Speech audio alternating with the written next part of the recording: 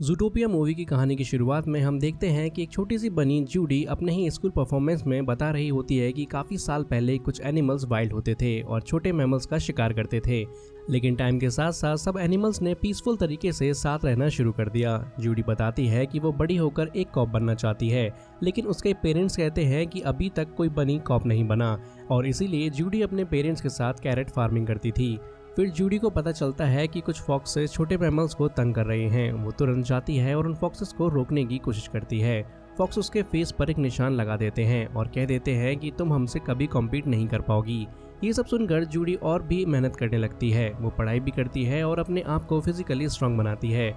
इतने हार्डवर्क के बाद फाइनली जूडी का सिलेक्शन पुलिस फोर्स में हो जाता है। मेयर सबके सामने जूडी को कॉन्ग्रेचुलेट करता है और मेयर की असिस्टेंट, जो खुद भी एक छोटी मैमल होती है, जूडी को कॉन्ग्रेचुलेट करती है और कहती है कि हम जैसे छोटे मैमल्स भी अब आगे बढ़ रहे हैं। इसके बाद जूडी अपने पेरेंट्स को गुड बाय कहती है और ज़ूटोपिया निकल जाती है।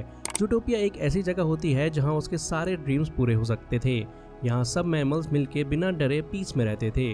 जूडी ज़ूटोपिया पहुंचती है और उसे एक छोटा सा अपार्टमेंट मिलता है जिसमें वो रहने वाली है। नेक्स्ट डे वो जल्दी उठकर रेडी हो जाती है। जब वो पुलिस स्टेशन पहुंचती है तो रिसेप्शन पर एक ऑफिसर उसे कहता है कि तुम बहुत क्यूट बनी हो और वो ये भी बताता है कि उसने पहली बार कोई बनी कॉप देखी है। फिर हम मिलते हैं पुलिस चीफ बोगो से। बोगो सब कॉप्स को बताता है कि काफी टाइम से सिटी में मैमल्स मिसिंग हो रहे हैं। अब तक 14 मैमल्स गायब हो चुके हैं। इसीलिए बोगो सबको टीम्स में डिवाइड करता है और हर टीम को मिसिंग मैमल्स की केस फाइल दे देता है ताकि वो लोग उन्हें ढूंढना शुरू करें। जब जूडी की टर्न आती है तो बोगो उसे सिर्फ पार्किंग वायलेशन का काम देता है, यानी चालान काटने का। वो कहता है कि अगर तुम दिन में 100 टिकट भी काट दो तो वो काफ़ी है। जूडी को थोड़ा बुरा लगता है पर वो अपना काम सीरियसली करती है और शाम तक वो 200 से ज़्यादा टिकट्स काट लेती है। अब अपना शिफ्ट खत्म करके जूडी आइसक्रीम शॉप के पास जाती है। वहाँ वो देखती है कि शॉप का ओनर छोटे मैमल्स को आइसक्रीम नहीं दे रहा। जूडी अंदर जाती है और उस ओनर से कहती है कि तुम बिना ग्लोव्स के आइसक्रीम कैसे सर्व कर रहे हो, जो कि एक गलत बात है। ये सुनकर ओनर फॉक्स और बेबी मैमल्स को आइसक्रीम दे देता है। लेकिन जब फॉक्स बाहर आता है जूडी को पता चलता है कि ये फॉक्स तो फ्रॉड है। वो आइसक्रीम बार्स को पिघलाकर छोटी कैंडी बार्स बना रहा है और फिर उन्हें महंगे दाम में बेच रहा है ताकि वो एक्स्ट्रा पैसे कमा सके। जूडी उस फॉक्स के पास जाकर कहती है कि मैं तुम्हें फ्रॉड के लिए अरेस्ट करूंगी, लेकिन फॉक्स उसे बुरा भला बोलकर वहां से निकल जाता है। फिर हमें पता चलता है कि उस फॉक्स का नाम निक है। निक जूडी को कहता है कि हम फॉक्सेस हमेशा से चालाक थे और चालाक ही रहेंगे। फिर वो अपना आइसक्रीम बनाने और बेचने का लाइसेंस उसे दिखाता है ताकि जूडी उसे कुछ ना कर सके। इस तरह जूडी का पहला दिन काफ़ी बेकार और थकाने वाला गुजरता है। वो अपने रूम में जाकर अपने पेरेंट्स से बात करती है, लेकिन उन्हें ज़्यादा कुछ नहीं बताती कि आज के दिन उसके साथ क्या हुआ है। अब नेक्स्ट डे जॉब का सेकेंड डे होता है और जूडी को दोबारा वही बोरिंग टास्क मिलता है, चालान काटने का। जूडी अपने काम में बिजी होती है, तभी एक मैमल आता है और कहता है कि मेरी शॉप में चोरी हो गई। हम एक चोर को भागते हुए देखते हैं। शॉप ओनर जूडी से कहता है कि तुम तो कॉप हो, उसे जाके पकड़ती क्यों नहीं। अब जूडी तुरंत उस चोर के पीछे भागने लगती है। चोर ज़ूटोपिया के उन एरियाज में चला जाता है जहां छोटे छोटे मैमल्स रहते हैं, लेकिन जूडी स्मार्टली उसे पकड़ लेती है। पुलिस स्टेशन लाने के बाद पता चलता है कि चोर जो चीज़ें चुरा रहा था वो बहुत ही ज़्यादा एक्सपेंसिव और रेयर होती हैं। इसके बाद बोगो जूडी को बुलाता है और कहता है कि ये काम तुम्हारा नहीं था, तुम सिर्फ पार्किंग टिकट्स काटो। पर जूडी उससे रिक्वेस्ट करती है कि वो एक्चुअल पुलिस का काम करना चाहती है, क्रिमिनल्स को पकड़ना चाहती है। फिर अचानक एक छोटी सी लेडी आती है और बोगो से कहती है कि मेरा हस्बैंड काफ़ी दिनों से मिसिंग है, आप लोग उसे ढूंढ क्यों नहीं रहे हो। जूडी तुरंत उससे कहती है कि आप टेंशन मत लो, मैं आपके हस्बैंड को ढूंढ लूंगी। अब बोगो गुस्से में जूडी से कहता है ठीक है, अगर तुमने केस ले लिया है तो तुम्हारे पास सिर्फ 2 दिन हैं। अगर 2 दिन में तुमने मिसिंग पर्सन नहीं ढूंढा तो तुम्हें रिजाइन करना पड़ेगा। जूडी मिसिंग फाइल दिखने जाती है पर फाइल में कुछ यूजफुल नहीं होता, इसलिए वो निक के पास जाती है क्योंकि निक सब लोगों को जानता था। जूडी उससे हेल्प मांगती है, लेकिन निक कहता है कि वो बहुत बिजी है, वो रोज के $200 कमाता है। अब जूडी उसको बातों में फंसा लेती है और कहती है कि इतने पैसे कमाने पर तुम्हें काफ़ी टैक्स भरना पड़ेगा। फिर वो अपना कैरेट शेप्ड रिकॉर्डिंग पेन दिखाती है और बताती है कि निक की सारी बातें रिकॉर्ड हो चुकी हैं। वो उसे धमकी देती है कि अगर निक ने मदद नहीं की तो वो उसे अरेस्ट कर लेगी। अब मजबूरन निक जूडी की हेल्प करने के लिए तैयार हो जाता है। अब मिसिंग पर्सन का नाम एमिट होता है और वो एक योगा क्लब में जाता था। अब जूडी और निक योगा क्लब में पहुंचते हैं और ओनर से एमिट के बारे में पूछते हैं। ओनर कहता है कि उसे ज़्यादा तो नहीं पता, पर क्लब के मेंबर्स को शायद उसके बारे में इन्फॉर्मेशन हो। फिर जूडी और निक क्लब के बाकी मेंबर्स से बात करने जाते हैं। मेंबर से बात करने के बाद जूडी और निक को पता चलता है कि एमिट कुछ दिनों से बहुत वाइल्ड बिहेव कर रहा था। एक दिन वो एक वाइट कार में बैठकर कहीं चला गया और अब इन दोनों को उस कार का नंबर प्लेट भी मिल जाता है। निक जूडी को बताता है कि वो DMV यानी कि डिपार्टमेंट ऑफ मैमल व्हीकल में कुछ लोगों को जानता है। अब दोनों वहां जाते हैं और देखते हैं कि DMV में काम करने वाले सब स्लॉथ्स हैं, स्लॉथ्स जो कि बहुत स्लो होते हैं, इसलिए हर काम बहुत धीरे धीरे हो रहा होता है। ये देखकर जूडी को काफी ज्यादा इरिटेशन होती है, लेकिन फाइनली एक स्लॉथ गाड़ी के ओनर का नाम बताता है और जूडी और निक तुरंत उसके घर पहुंच जाते हैं। वहां उन्हें वो व्हाइट कार मिल जाती है जिसमें एमिट गया था। कार चेक करते वक्त जूडी को एमिट के होने के कुछ निशान मिल जाते हैं। निक को भी पता लग जाता है कि ये कार मिस्टर बिग की है। यहाँ पर मिस्टर बिग ज़ूटोपिया का एक फेमस डॉन था। उनके आदमी आकर जूडी और निक को पकड़कर उन्हें मेंशन ले जाते हैं। अंदर जाकर जूडी सोचती है कि मिस्टर बिग कोई बड़ा मैमल होगा, शायद एक व्हाइट पोलर बियर, पर जब वो मिस्टर बिग को देखती है तो वो एक छोटा सा रैट होता है। मिस्टर बिग गुस्से में उनसे पूछते हैं कि तुम्हारी हिम्मत कैसे हुई मेरी गाड़ी में घुसने की। जूडी उन्हें बताती है कि काफ़ी मैमल्स मिसिंग हैं और वो एमिट के बारे में भी पूछने आई है, लेकिन मिस्टर बिग को उनकी बातों में कोई इंटरेस्ट नहीं होता। मिस्टर बिग जूडी और निक को क्रोकोडाइल के सामने लंच बनवाने वाले होते हैं, लेकिन उससे पहले ही मिस्टर बिग की बेटी आ जाती है। वो जूडी को देखते ही पहचान लेती है और अपने डैड को बताती है कि जूडी ने एक बार उसकी जान बचाई थी। इसके बाद मिस्टर बिग जूडी और निक को तुरंत छोड़ देता है। मिस्टर बिग बताता है कि एमिट उसका दोस्त है और उसने अपनी गाड़ी सिर्फ एमिट को पिक करने के लिए भेजी थी, पर पता नहीं एमिट को क्या हो गया, उसने अचानक ड्राइवर पर अटैक कर दिया। मिस्टर बिग कहता है कि इससे ज़्यादा मुझे नहीं पता, पर मेरा ड्राइवर शायद सब कुछ जानता हो। अब जूडी और निक ड्राइवर से बात करने जाते हैं। ड्राइवर दरवाज़ा पूरा नहीं खोलता और कहता है कि मैं तो बस गाड़ी चला रहा था, तभी एमिट एकदम वाइल्ड होकर मुझ पर टूट पड़ा।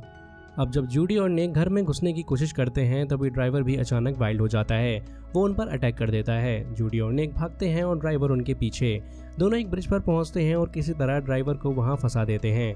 तब जूडी पुलिस स्टेशन में कॉल करती है और हेल्प मांगती है। कॉल के तुरंत बाद बोगो अपनी पूरी पुलिस टीम के साथ वहां पहुंच जाता है। अब जब बोगो और पुलिस टीम वहां पहुंचते हैं तो उन्हें ड्राइवर बिल्कुल नहीं मिलता। जूडी उन्हें समझाने की कोशिश करती है कि यहाँ के मैमल्स वाइल्ड हो रहे हैं, पर बोगो उसकी बात पर भरोसा नहीं करता। वो गुस्से में कहता है कि तुमने हमारा टाइम वेस्ट किया है, तुम एक सही कॉप नहीं बन सकती, तुम फेल हो चुकी हो। ये बात सुनकर निक को बहुत गुस्सा आता है। वो बोगो को कहता है कि जो केस आप 2 वीक से सॉल्व नहीं कर पाए वो जूडी को सिर्फ 2 दिन में सॉल्व करने को कहना बिल्कुल अनफेयर है, ये जस्टिस नहीं है। निक की ये बात बोगो को समझ आ जाती है। फिर निक जूडी को कहता है कि हमारे पास अभी भी 10 घंटे बचे हैं, हम केस सॉल्व कर सकते हैं।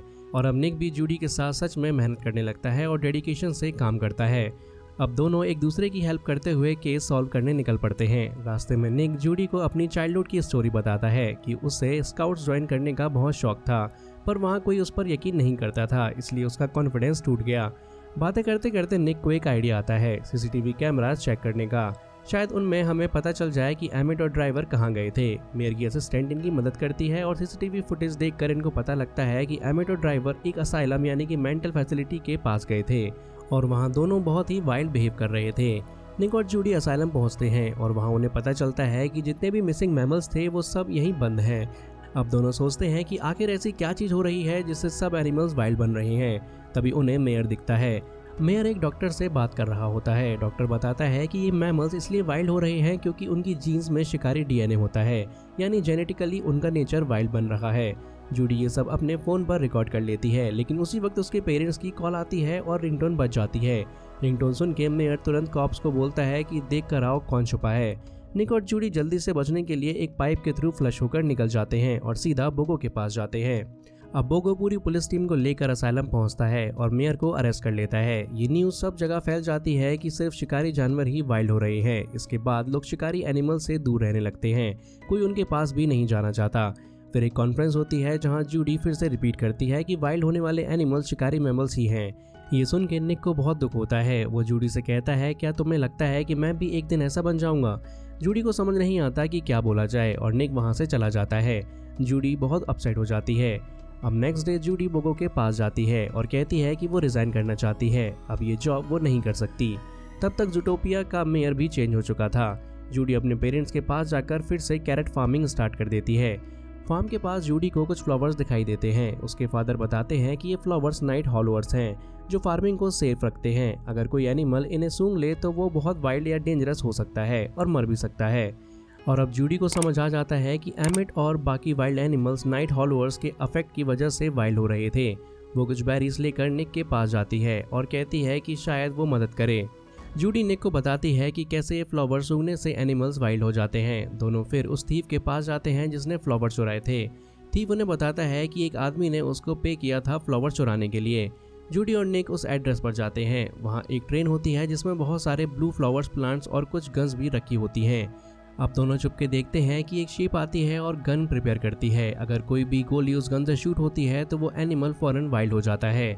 जूडी का प्लान होता है कि पूरी ट्रेन को बोगो के पास लेकर जाया जाए, पर इस प्रोसेस में सारी शीप गार्ड्स उनके पीछे लग जाती हैं। ट्रेन चलती है और दोनों काफ़ी स्ट्रगल करते हैं, लेकिन आखिर में वो दोनों ट्रेन से सेफली निकल जाते हैं और ट्रेन ब्लास्ट हो जाती है, जिसमें सारा एविडेंस भी डिस्ट्रॉय हो जाता है। जूडी बहुत उदास होती है, लेकिन निक उससे बताता है कि उसने वो गन छुपा ली थी और अब वो बिल्कुल सेफ है।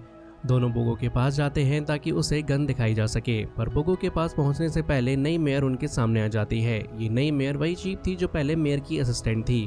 जूडी थोड़ी परेशान हो जाती है और पूछती है कि आपको कैसे पता कि हम यहाँ आने वाले हैं और गन दिखाने वाले हैं। फिर पता चलता है कि ये शीप ही मास्टरमाइंड थी और ये सारा प्लान उसी का था। उसने अपने गार्ड्स को भी उनके पीछे लगा दिया। भागते भागते जूडी और निक एक गड्ढे में गिर जाते हैं। असिस्टेंट शीप आती है और कॉन्फेस करती है कि उसने सारा प्लान खुद बनाया था और वो गन भी उसने ही बनाई थी। वो बताती है कि उसका मकसद था कि सब वाइल्ड एनिमल्स यहाँ से चले जाएं और सिर्फ छोटे मैमल्स ज़ूटोपिया में रहें।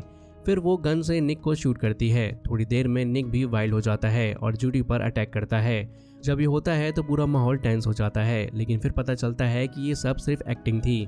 जिस गन से निक को शूट किया गया था उसमें नाइट हॉलवर्ड नहीं था, बल्कि फार्म से लाई हुई जूडी की बैरी थी। फिर बोगो आकर सारे क्रिमिनल्स को अरेस्ट कर लेता है। अब हमें दिखाया जाता है कि इसका एंटीडोट भी बन चुका है और पुराना मेयर वापस आ गया है। मेयर बताता है कि वो पहले भी ये सब बताना चाहता था, पर किसी ने उसकी बात नहीं मानी। धीरे धीरे सब वाइल्ड एनिमल्स ठीक हो जाते हैं। अब नेक्स्ट सीन में जूडी को सबके सामने एक प्राइज मिलता है और निक भी कॉप फोर्स ज्वाइन कर चुका है। दोनों अब अच्छे फ्रेंड्स और एक दूसरे के असिस्टेंट बन जाते हैं। फिर ऑफिस का सीन आता है जहां बोगो सब कॉप्स को मिशन दे रहा होता है, पर इस बार भी जूडी और निक को बोरिंग काम दिया जाता है, सिर्फ पार्किंग टिकट्स का।